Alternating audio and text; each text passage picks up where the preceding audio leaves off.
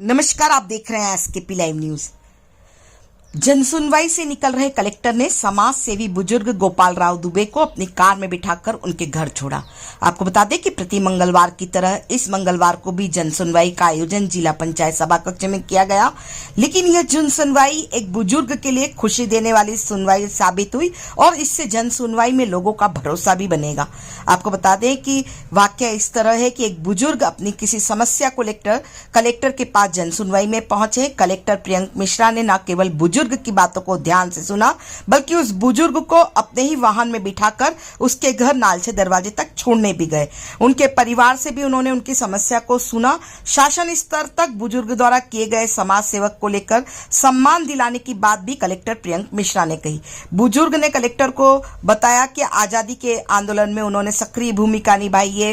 वो गांधी जी के साथ भी आंदोलन में हिस्सा ले चुके हैं। नगर सुरक्षा समिति उनके द्वारा ही बनाई गई है, जो कि रोल मॉडल के रूप में प्रदेश में लागू हुई। ऐसी ही कई बातें उन्होंने कलेक्टर प्रियंक मिश्रा को जनसुनवाई में बताई, जिससे कलेक्टर उनसे खासे प्रभावित हुए। कलेक्टर ने उन्हें सम्मानित करने की बात कही। वही तत्पश्चात जब कलेक्टर जनसुनवाई के पश्चात बाहर निकले तो बुजुर्ग को कुर्सी पर बैठे देखकर उन्होंने कहा कि मैं आपको घर छोड़ देता हूं। बुजुर्ग को साथ में कार में लेकर उनके घर तक छोड़कर आए कलेक्टर प्रियंक मिश्रा। कलेक्टर ने कहा कि इस बहाने उनसे बात भी हो गई, उनकी समस्या को जान भी लिया, उनके द्वारा किए गए कार्यों को उन्होंने सुन भी लिया। अब उन्हें सम्मानित किया जाएगा और यथासंभव उनकी मदद भी की जाएगी। आपको बता दें कि बुजुर्ग गोपाल राव दुबे आजादी के आंदोलन में सक्रिय रहे हैं। देखें खबर एसकेपी लाइव न्यूज पर। ये कलेक्टर हैं जरा कुछ हटके।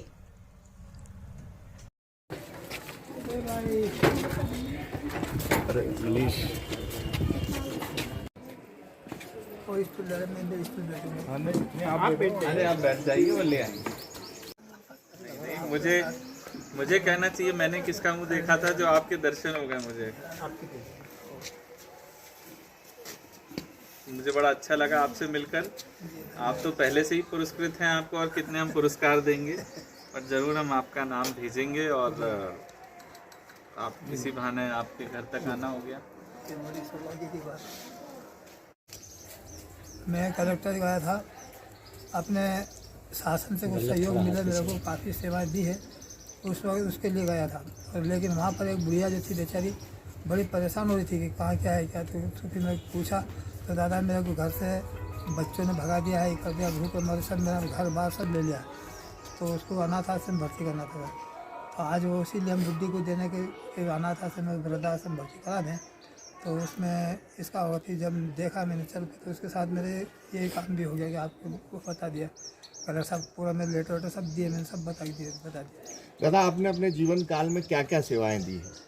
जीवन काल में पुलिस के साथ गश्त थी, रात में देना गश्त थी, चौकीदारी करी, और पापड़ बड़ी अचार मुरब्बे सब बेचे मैंने। स्थापना भी की है आपने? स्थापना की, नगर सुरक्षा समिति की स्थापना मैंने की। स्कूल के भी स्थापना? सब स्कूल निःशुल्क फ्री फंड, पैसे नहीं लेते, हम फ्री फंड कोचिंग क्लास चलाते हैं। अच्छा। अभी भी ऐसे ही करते थे, पैसा नहीं लेते, निःशुल्क सेवाएं देते हैं।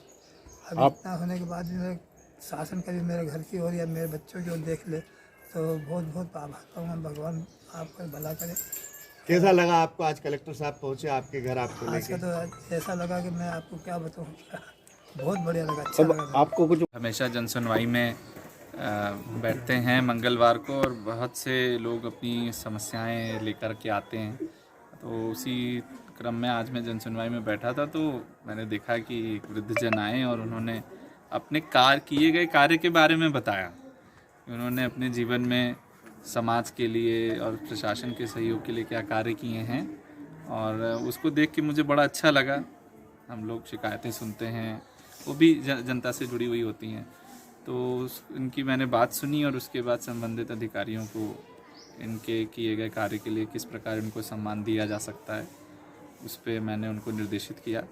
बट जनसुनवाई से मैं बाहर निकल रहा था तो मैंने देखा कि गोपाल जी जो हैं वो निकलने के लिए तैयार हो रहे थे, तो मैंने कहा कि क्यों ना इनको घर तक छोड़ दिया जाए, उसी बहाने इनसे बात करने का अवसर भी मिल जाएगा। तो हम लोग इनको लेकर के आए इनके घर तक, और रास्ते में चर्चा करते हुए आए कि धार शहर कैसे बदला है, क्योंकि इन्होंने बहुत लंबा समय यहाँ की सड़कों को देखा और समाज को देखा है। तो हमारे लिए भी एक युवा होने के नाते भी और एक ज़िले का कलेक्टर होने के नाते भी वृद्धजनों से बात करके, चर्चा करके बहुत कुछ सीखने को मिलता है।